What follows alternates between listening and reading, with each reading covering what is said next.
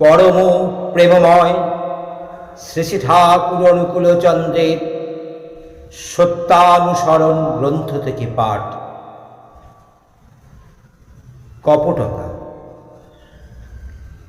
এতটুকু দুর্বলতা থাকলেও তুমি ঠিক ঠিক অকপট হতে পারবে না।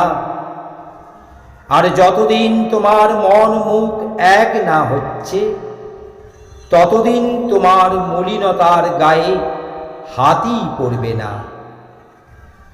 মন মুখ এক হলে আর ভিতরে গলদ জমতে পারে না।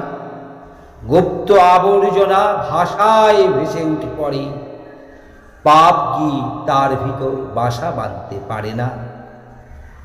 যদি সাধনায় উন্নতি লাভ করতে চাও, তবে কপটতা ত্যাগ করো। কপট ব্যক্তি অন্যের নিকট সুখ্যাতির আশায় নিজেকে নিজেই প্রবঞ্চনা করে। অল্প বিশ্বাসের দরুন অন্যের প্রকৃত দান হতেও প্রবঞ্চিত হয়।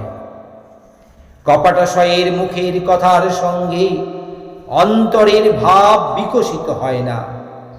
তাই আনন্দের কথাতেও মুখে নীরসতার চিহ্ন দৃষ্ট হয়।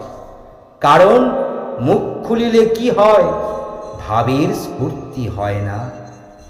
অমৃতময় বাড়ি কপটের নিকট তিক্ত, লবণময় তীরে যাইয়াও তৃষ্ণা নিবারিত হয় না। সরল ব্যক্তি ঊর্ধ্বদৃষ্টি সম্পন্ন চাতকের মতো, কপটী নিম্ন দৃষ্টি সম্পন্ন শকুনের মতো।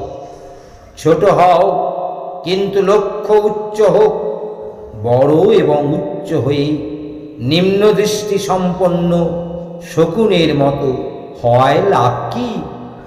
কপট হইও না, নিজে ঠকো না, আর অপরকেও ঠকিও না।